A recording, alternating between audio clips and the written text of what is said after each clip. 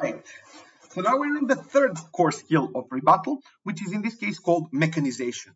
Now, everybody has different views on what mechanization is, but for the sake of this training program, mechanization is just giving, in rebuttal context, giving different reasons for why something is untrue. So basically, when you have like 4 or 5 reasons why something is wrong, untrue, irrelevant, etc., this is what we will consider mechanization in this particular course here. So why is it important? It's important because, in a sense, this is what's mostly associated with practicing rebuttal, right?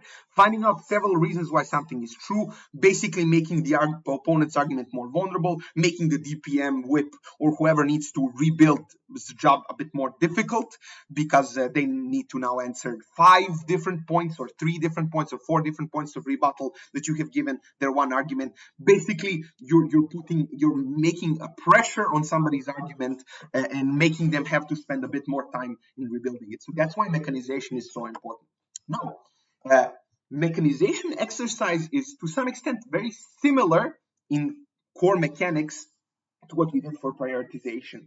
It's just a bit, how do you say, a bit of a different context. Now, ideally, for this exercise, you not ideally, like you have to have tracked one argument. Ideally, you also did a quick exercise of prioritization, basically ranking what you want to do first, second, because it will make it easier. So that's the precondition to doing this exercise.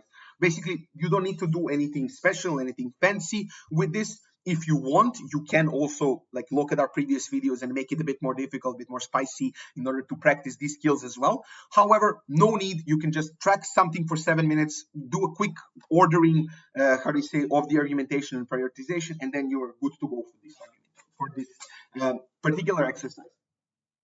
What are we going to be talking about in this exercise? So now that you have 3, 4, 5, however many things that somebody has said and that you want to rebut, I want you, for each of these things, to give yourself, like we call, an impossible task. That's how I like to call it, right? Usually we're very comfortable with giving 1 reason for something. Maybe we're comfortable with 2. But at 3, we're already maybe going to start to struggle a bit, and we will need to reach to our creative brains in order to think of what is a 3rd way to respond to something.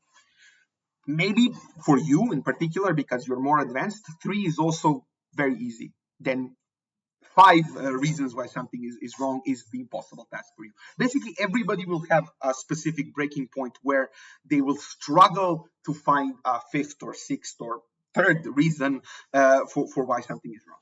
Find that and practice with this particular task. Here. So let's say that you've tracked 3 things that are important. For these 3 things, I want you to start with an impossible task, however many it is. Is it 2? Is it 5? Is it 3? And give these 5 reasons or something like this. As I said, last reason is not going to be as powerful as the first reason, for sure. That's not the point. The point is to practice your creativity and the way that your brain is finding solutions and different angles to attack somebody's argument. And basically, this is going to open up different ways and forms of attack when you're actually attacking somebody's argumentation. This is why this is a core skill from our perspective. Now, the ways to make it more difficult is very similar, as I said, from the previous video in prioritization. One way to make it more difficult is to increase the numbers. Right? If you started with 3 per week, which is maybe easy, which you don't struggle as much. Next week, do 4.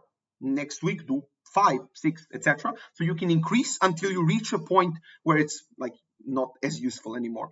I think that's around 6 or 7 or something like this. But also you can go to 10 from my perspective. You're gonna struggle a lot. It's going to be the diminishing return is going to kick in from my perspective. However, being able to do 6 or 7 reasons why something is wrong in certain circumstances can be very useful. So I'll go as high as this. So that's one way to make the exercise more difficult. Second way to make the exercise more difficult is also giving yourself time limits. Again, when you start this exercise, my suggestion is to give yourself as much time as you want. Especially, it's a very hard task, especially if you haven't done it like you haven't done it ever. You are going to struggle in the beginning, especially if the task is too high, like 3 or 4 or 5, however much is hard for you. Giving 5 different reasons might be very difficult for you, so no time constraints. However, when you get accustomed to this, the first way to increase the difficulty, from my perspective, is to add a time limit. So let's say that you've done 3 reasons in an infinite time. Next week, just do 3 reasons in like 5 minutes. And then if you think it's how do you say it's too hard, then modulate. Don't stick to it religiously. Just modulate and see what is enough to challenge you, because the purpose is to challenge you, but not to drain you so much that you feel dismotivated or something. So that's why this is important. So giving yourself time constraint. Whilst the end goal might be to do, I don't know, 5 reasons in 2 minutes, 3 minutes, or something like this. And this is very possible when you know when to look, right? The first time that you do this exercise, it will be hard and you will struggle. However, the 10th time that you do this exercise, you already know where your brain can go to find this inspiration to actually give the 5th or 6th reason why something is wrong. So it stacks on and it's very useful in that way. Thank you for listening, and yeah, let's keep practicing.